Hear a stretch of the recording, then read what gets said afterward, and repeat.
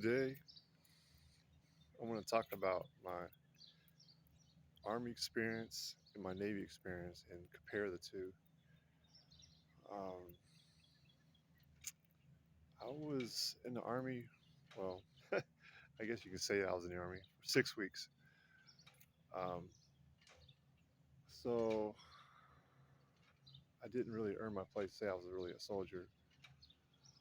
Um, I got kicked out after 6 weeks. Um, Pretty much failure to conform, uh, tongue tied. And I just I thought I could do it, and I was pretty much. I felt like I was. Everybody else was like, I don't know, a lot further ahead than me, and I was way down the pack, and they were way up there, and um, so.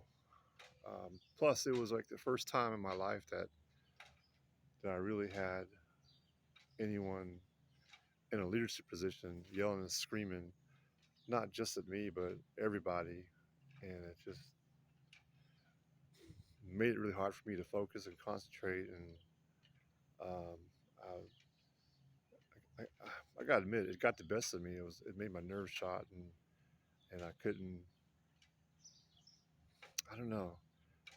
I couldn't really find the confidence that I needed to to do well in Army basic training, and um, and I don't think at the time I was mentally, emotionally strong enough to make it through.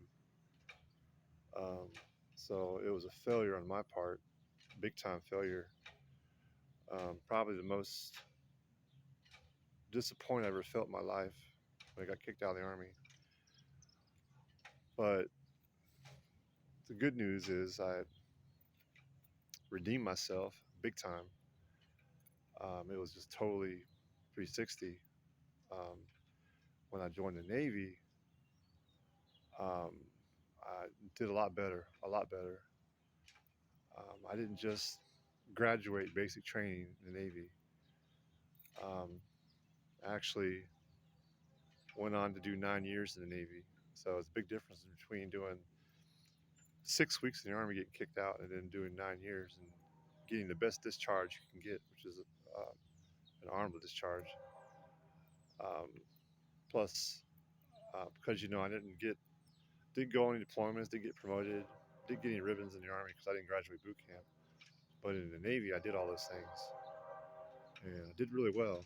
I did a lot better than I thought, actually. So I knew I overachieved. And an interesting story, though, since I got kicked out of the Army, I had to get approval. Um, it was a commander. She was in charge of the MEP station in St. Louis, and she was a lieutenant commander in the Navy. And I had to go in her office and basically win her over, to prove to her that um, I wasn't going to repeat um, what I did last time in the Army and make a fool of myself. And um, so, and she really, I mean, she just basically said, like, well, why should I give you another chance when you failed the first time? And I said, well, because I, I know I'm ready this time. I know um, I'm more mature this time. I've had more work experience. I think I'm more mentally, emotionally stronger this time. And when I went for boot camp in the Navy, I was right. I mean, there was still the yelling and the screaming, just like the Army drill sergeants. But I was used to that because I'd already experienced it for 6 weeks. So it wasn't a shock to me. And so I did really well. And uh, so whoever that lieutenant commander is that accepted me into the Navy, gave me permission to join.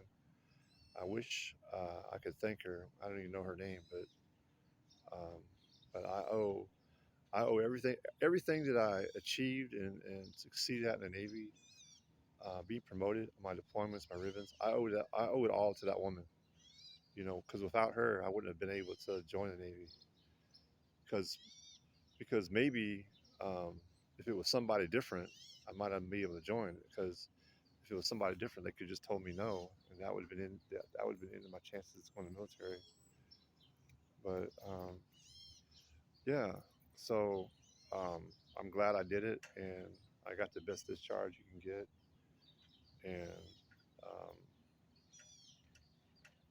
it's a great story, and I don't regret my service at all.